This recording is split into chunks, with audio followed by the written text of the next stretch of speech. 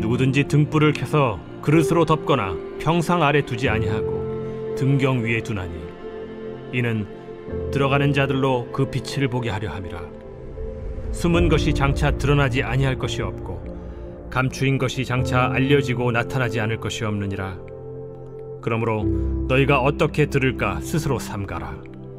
누구든지 있는 자는 받겠고 없는 자는 그 있는 줄로 아는 것까지도 빼앗기리라 하시니라. 예수의 어머니와 그 동생들이 왔으나 무리로 인하여 가까이 하지 못하니 어떤 이가 알리되 당신의 어머니와 동생들이 당신을 보려고 밖에 서 있나이다. 내 어머니와 내 동생들은 곧 하나님의 말씀을 듣고 행하는 이 사람들이라. 하루는 제자들과 함께 배에 오르사 그들에게 이르시되 호수 저편으로 건너가자. 이에 떠나 행선할 때에 예수께서 잠이 드셨더니 마침 광풍이 호수로 내리침에 배에 물이 가득하게 되어 위태한지라. 제자들이 나와 깨워 이르되 주여, 주여, 우리가 죽겠나이다. 한데 예수께서 잠을 깨사 바람과 물결을 꾸짖으시니 이에 그쳐 잔잔하여지더라. 너희 믿음이 어디 있느냐? 그들이 두려워하고 놀랍게 여겨 서로 말하되 그가 누구이기에 바람과 물을 명함에 순종하는가? 말씀으로 하루를 여는 묵상의 시간입니다. 오늘도 말씀 앞에 머무는 복된 주일 되길 바랍니다. 2025년이 시작된 게 엊그제 같은데 벌써 봄이 찾아왔습니다.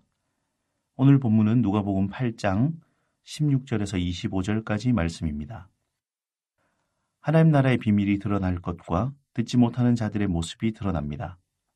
먼저 16절부터 18절까지를 보도록 하겠습니다. 등불 비유로 드러나는 본문은 누구든지 등불을 켜서 평상 아래 두지 않는다는 말로 이어집니다. 등불을 켜서 등잔거리 위에 두는 이유는 등불의 빛을 보게 하기 위해서입니다. 등불은 숨기기 위함이 아니라 밝히 드러내는 데 사용되는 것입니다.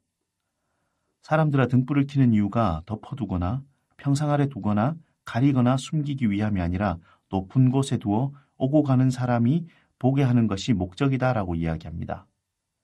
빛은 숨기기 위해 사용되는 것이 아니라 밝히기 위해 사용되기 때문입니다. 이 비유처럼 숨길 수 없으며 드러나게 되며 드러날 것입니다. 앞에 씨 뿌리는 비유를 풀어주시면서 이어 등불 비유가 이어지는 것으로 볼 때 비유는 숨기기 위함이 아니라 밝혀 드러내기 위함이 목적이라는 것입니다. 하나님 나라는 숨겨지는 것이 아니라 드러남입니다. 그 가치와 영향력이 가득하기에 드러날 수밖에 없습니다. 하나님 나라를 살아가는 사람들은 드러날 수밖에 없는 것이죠. 그래서 우리는 스스로 삼가야 합니다.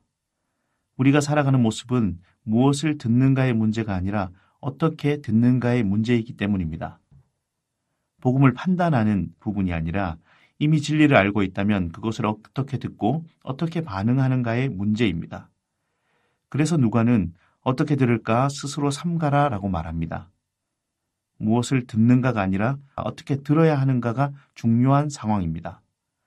하나님의 말씀을 듣고 살아가는 삶은 무엇을 들을까를 넘어 어떻게 어떤 자세로 어떤 모습으로 그 앞에 서야 하는가가 중요합니다. 이어 말씀을 듣고 살아가는 성도의 모습은 말씀 앞에 스스로 삼가기에 복음의 힘이 숨겨지지 않습니다. 우리는 오늘 하나님의 말씀을 어떻게 듣고 어떻게 삼가며 살아가고 있습니까? 이어지는 19절에서 21절 말씀은 누가 예수님의 가족인가? 라는 말입니다. 예수님의 어머니와 동생들이 왔습니다. 사람들은 그들이 왔음에 예수님께 알립니다. 그러나 예수님은 하나님의 말씀을 듣고 행하는 사람이 내 가족이라 말씀하십니다. 사람들의 시선은 여전히 어떤 관계인가가 우선됩니다. 어떤 사이이며 어떤 상황 속에 있으며 어떤 상관관계가 있는가가 우선됩니다. 우선되는 기준이 있으며 바꿀 수 없는 조건으로 결정하게 되는 것이 인생입니다. 그러나 예수님은 가족의 기준을 바꾸십니다. 있던 기준을 파하시는 것이 아니라 더 높이시고 깊이 하십니다. 눈에 보이는 혈연으로 한정하는 것이 아니라 말씀을 듣고 행하는 자, 즉 하나님 말씀대로 사는 자가 하나님의 백성임을 선언합니다. 혈연을 넘어선 선언이지요. 이와 동시에 말씀대로 살지 않는 자는 그 누구든지 가족이 아님을 선언합니다. 더 이상 눈에 보이는 기준과 익숙함으로 가족되지 않습니다. 오직 말씀에 따라 살고 살지 않는가가 그 기준이 됩니다. 하나님의 백성이 되는 길은 한 가지입니다. 바로 말씀대로 사는 것입니다. 말씀대로 사는 것은 말씀을 듣고 행하는 것입니다. 여전히 해오던 익숙함으로 여는 하루인지 말씀을 듣고 행함으로 시작되는 하루인지 돌아보는 귀한 하루 되시기를 바랍니다. 이어지는 22절에서 25절까지 말씀입니다. 예수님은 제자들을 데리고 호수 저편으로 건너가십니다. 예수님은 잠드셨고 제자들은 풍랑을 만납니다. 두려워하는 제자들을 꾸짖으시며 바람과 풍랑도 꾸짖으십니다. 잠잠해진 상황 앞에 제자들을 꾸짖으며 그들의 믿음 없음을 말하십니다. 풍랑을 잠잠케 하실 수 있는 예수님과 함께 있지만 그들의 믿음 없음은 배에 함께 있는 그분보다 자신들 눈에 보이는 풍랑이 더 커 보입니다. 이적을 보이시면서 함께 있어 왔지만 이 일들이 내일이 될 때 그 이적들은 기억나지 않고 보이지 않습니다.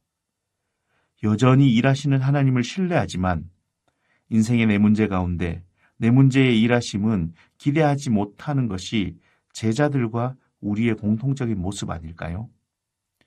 오늘도 바람과 물도 순종하는 예수님 앞에 예수님과 함께 서는 하루 되시기를 바랍니다. 말씀 앞에 무엇을 들을까가 아니라 어떻게 들을까 삼가는 하루 되시기 바랍니다. 말씀을 듣고 행하기에 하나님 백성임을 기억하는 하루 되십시오. 내 인생의 한계에 바람과 물도 순종하는 예수님을 신뢰하는 하루 되시기를 바랍니다. 함께 기도드리겠습니다. 말씀하시는 하나님, 그 말씀의 은혜에 힘입어 살아가는 이 하루 되게 하옵소서. 모든 말씀 예수님의 이름으로 기도하옵나이다. 아멘. 1. 오심 기도. 하루 5번 마음을 다해 드리는 기도. 나는 죽었습니다. 제가 주인이 아니고 예수님이 저의 주인이십니다.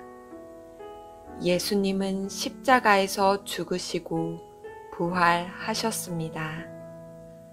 부활하신 예수님을 가슴으로 만나서 따라가며 간증합니다. 사랑하는 가족과 함께 영광스러운 승리를 노래합니다.